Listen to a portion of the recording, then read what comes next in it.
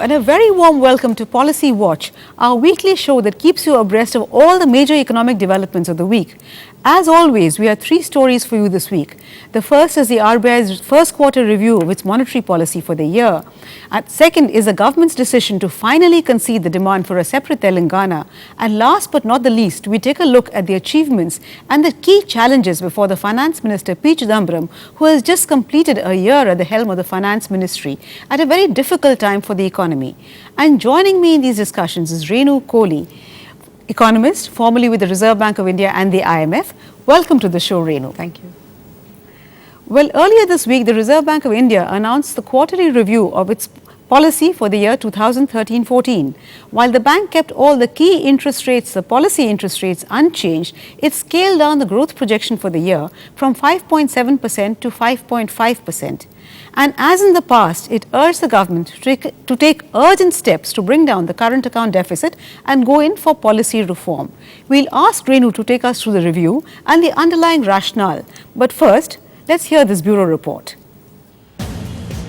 Reserve Bank Governor D. Subbarao says the biggest risk to Indian economy is from the external sector. Obviously, stabilizing Indian currency and curbing speculative trading were on top of his agenda.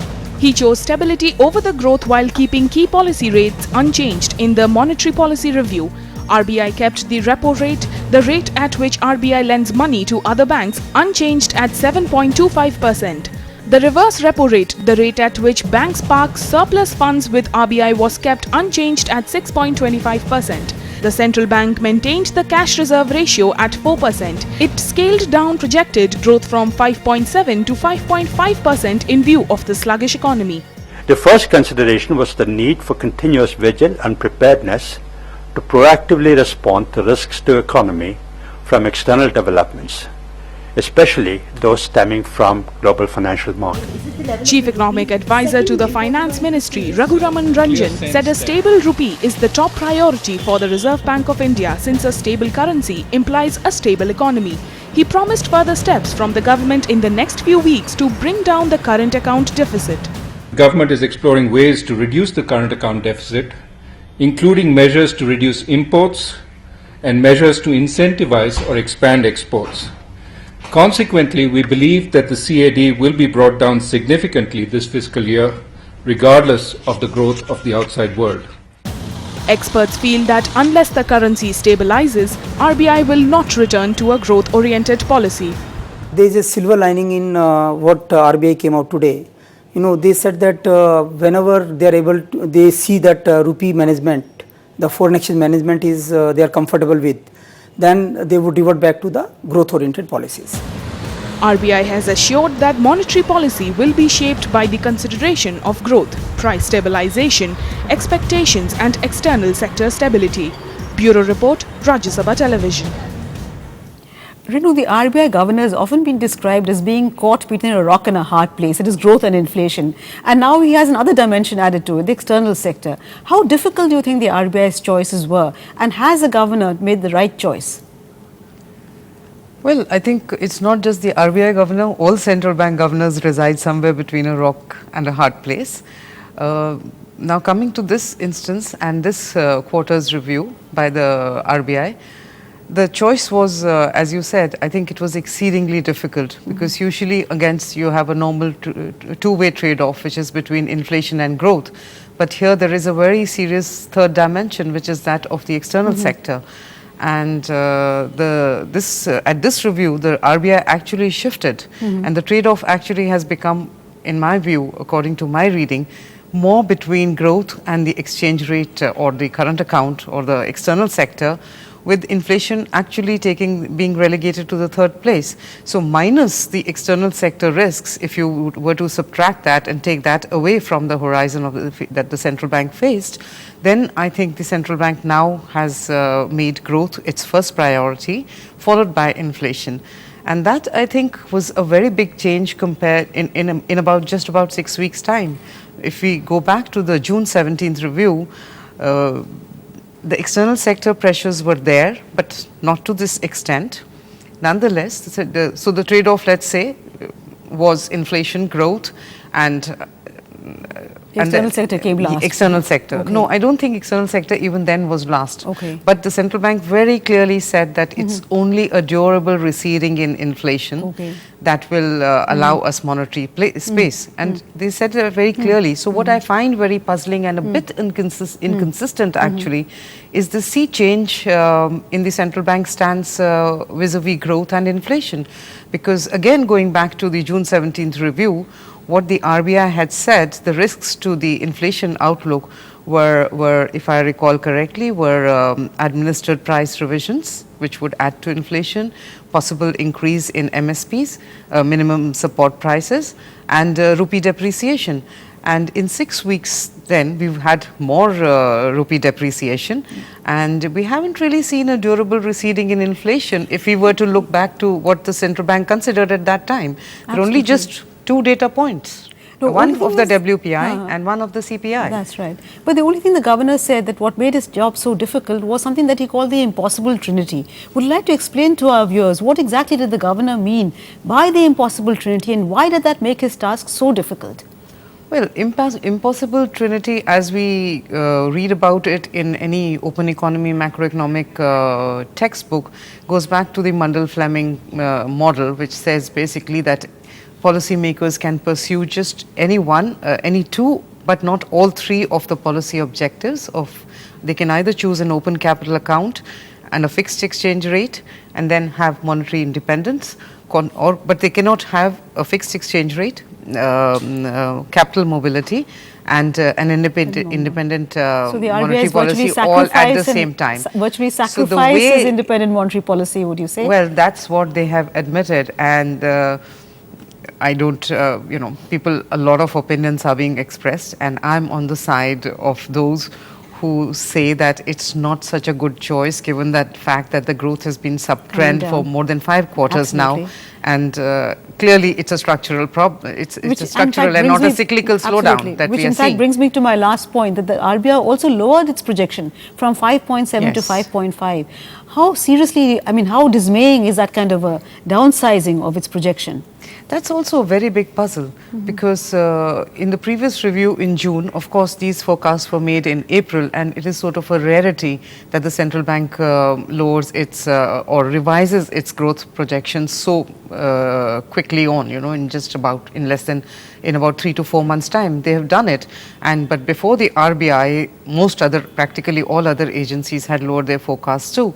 So, let me again take the viewers back to the June 17th review, where the RBI said put inflation ahead of growth. And as I said earlier, there's just one more data point, whether growth or inflation. There's WPI, which came down a little more, 40 basis points, I think, if I remember correctly. But the CPI remained unchanged. And there are no numbers for growth, except we had IIP, which was pretty much stagnant. But so there's a huge revision in the central bank's growth projections. So it's a little in a very puzzling, short you while. say. So I think on that note, I think we'll just have to take a break, Renu, but we'll be back. We'll continue with our discussion just after this break. Please stay with us.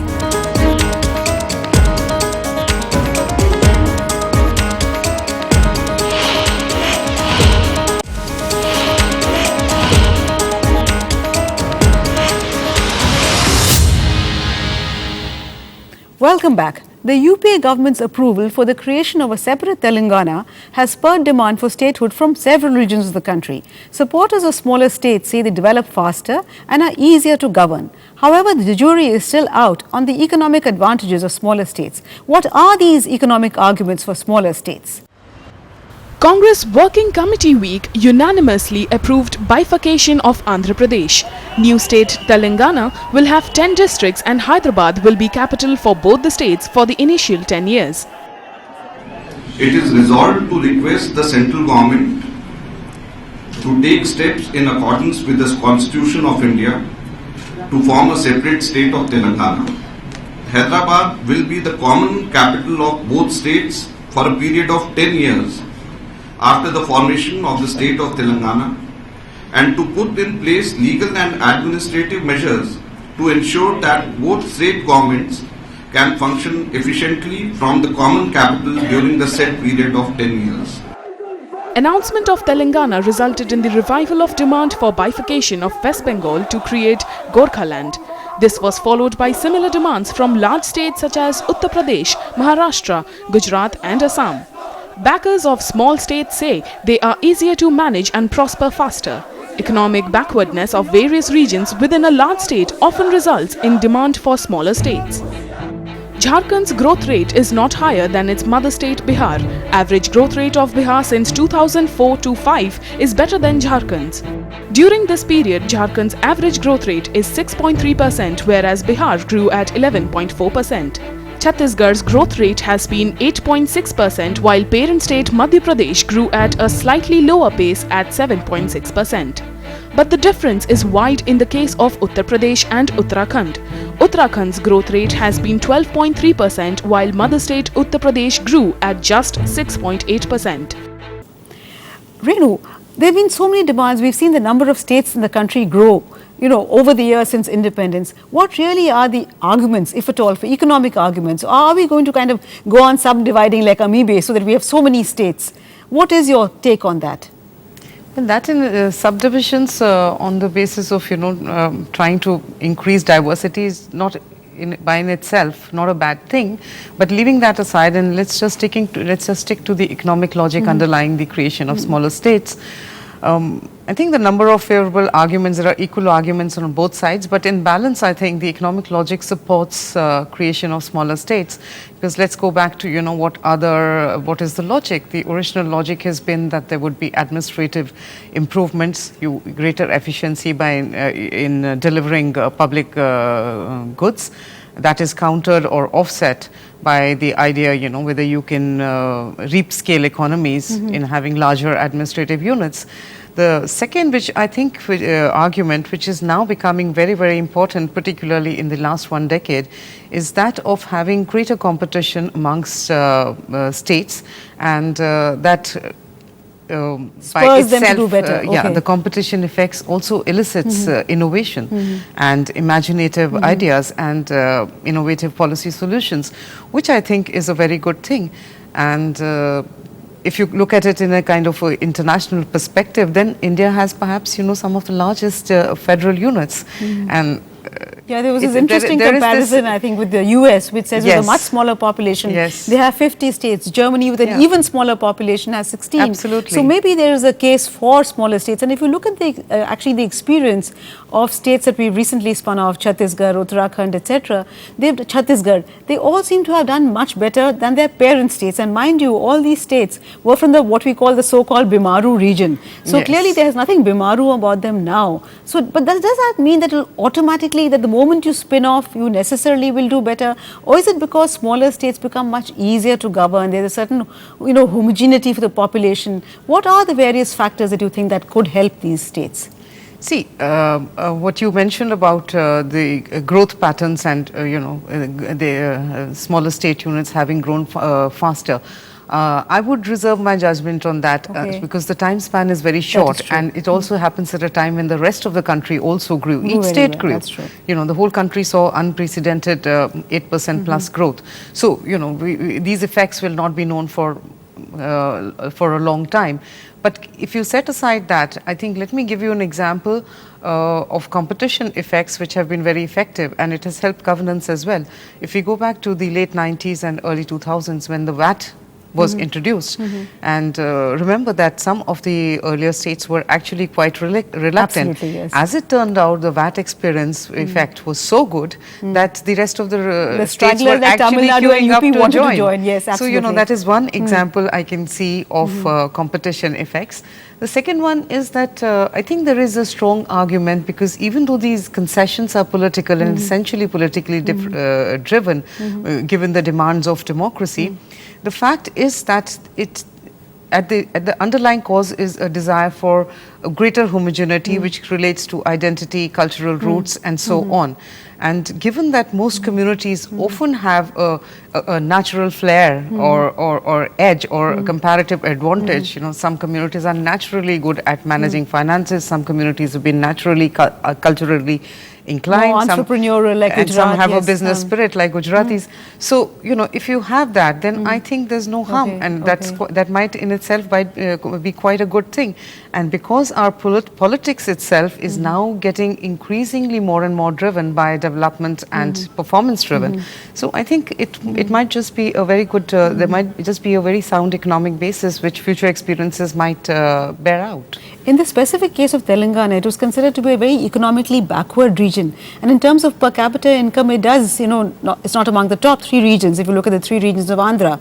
But actually, one of the main advantages that this new region will have, the proposed state will have, is that Hyderabad falls squarely within Telangana. And though Hyderabad is supposed to be shared as a capital between the 2 states for 10 years, that is going to be a huge advantage. How much of an advantage do you think Telangana will get from Hyderabad itself?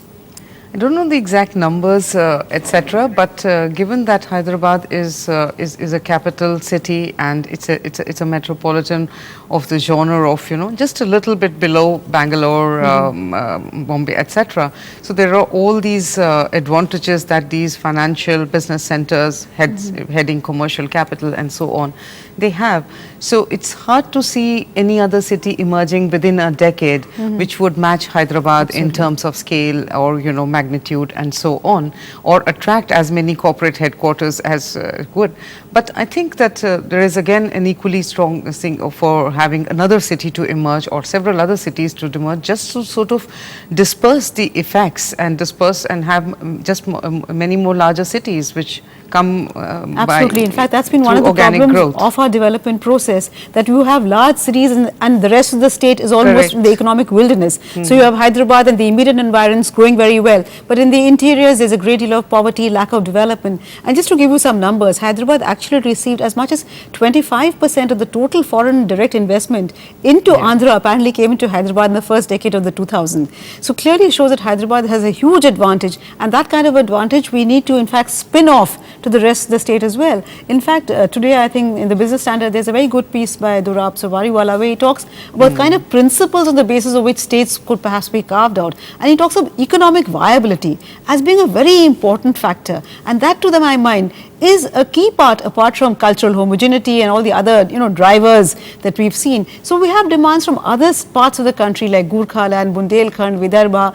Do you think economic viability should be a key factor in deciding whether we concede these demands or not? I think that I haven't really gone into this, but I think that economic resources, or even when regions, when smaller units are carved out, if I remember correctly, these aspects, the fact, what is the division or dispersion of natural resources, what is the geographical advantages, etc. These aspects have been kept in mind, like at least in recent history, Chhattisgarh, Jharkhand creation, and even Uttarakhand, for example, which is, these are the, of this millennium. I think these factors were kept in mind, though of course, these... So economic viability is a very important factor. I think it matters. On that note, I think we'll just take another break, Renu, but we'll come back to you. Please stay with us.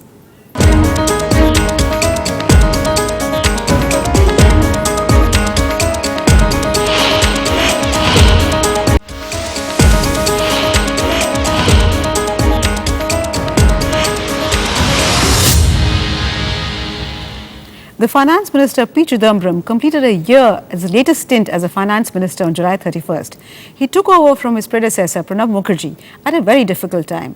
On assuming office, he promised that he would return to the path of fiscal consolidation and also try and revive growth. To what extent has he succeeded, and what are the future challenges before him? But before we ask Renu all these and more, let's take a look at this Bureau report. P. Chidambaram is still smiling after completing a year of his latest stint as the Finance Minister on July 31st. He took over from Pranab Mukherjee at a difficult time. Growth was slipping and a rating downgrade was staring at India's face. He promised to return to the path of fiscal consolidation. A year down the line, he feels content. I complete 1 year as Finance Minister today. I look back on the first statement made by me on August 6, 2012, and how we overcame, in good measure, the challenges outlined by me in that statement. We are addressing the problem and have achieved significant success. Last year, fiscal deficit was contained 4.9% against 5.3%. CAD 88 billion, added 3.8 BD to Forex. 1 year after assuming the charge, Chidambaram is still grappling with low growth rate.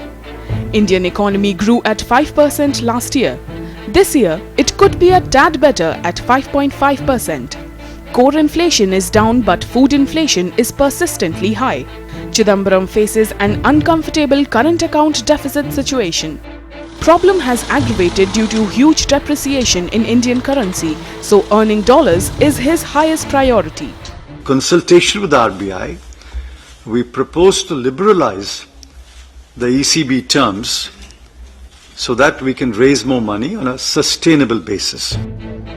Finance Minister has promised more reforms and the introduction of the amended DTC bill in the upcoming monsoon session. He expressed hope of getting support from the principal opposition party for key financial reforms. He also promised to compress import of non-essential items and boost exports. External risks put him in a tricky situation, but cabinet clearance for easier FDI norms on Thursday could boost forex inflows and help the floundering economy. Bureau Report.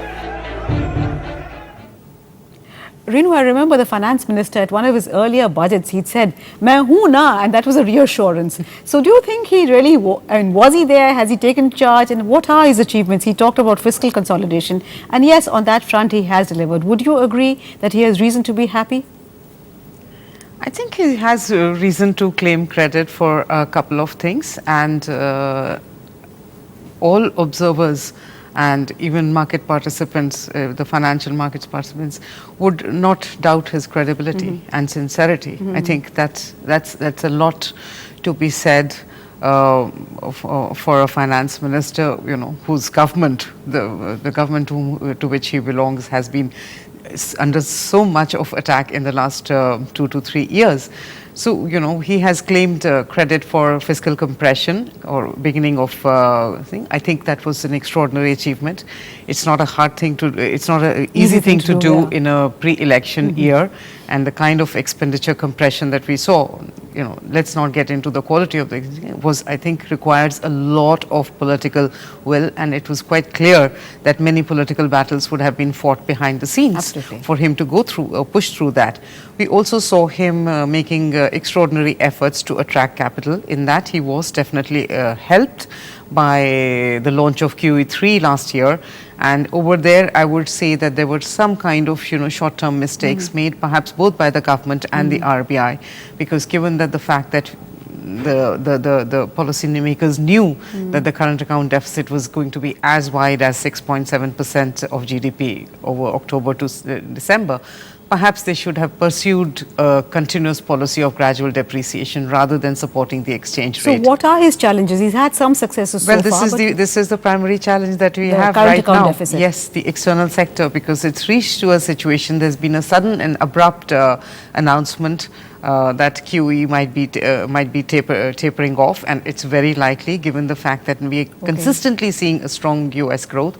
So I think that's his major challenge right now. So I'll have to stop with Renu. So he's had some success, but he has a lot of challenges ahead. But on that note, thank you very much, Renu, for being with us. But before we close, we'll have a quick look at the key takeaways on the 3 stories that we discussed. On the RBI's quarterly review, the first quarterly review, Renu did not quite buy the argument and the rationale given by the Reserve Bank of India. She thought there were many questions that remain unanswered. As far as the second issue on the creation of Telangana and the economic disadvantages of small states, by and large, Renu did feel that yes, it makes sense to have smaller states. They're easier to administer. There's competition amongst them, and healthy competition is always good. And on the last question of the challenges and the achievements of the finance minister, she gave great credit to him for having done what he did in the first year, but has pointed out that he has significant challenges going ahead. So with that, we come to the end of this program. Thank you for being with us, but we'll be back next week, same time. Till then, it's goodbye from all of us in RSTV.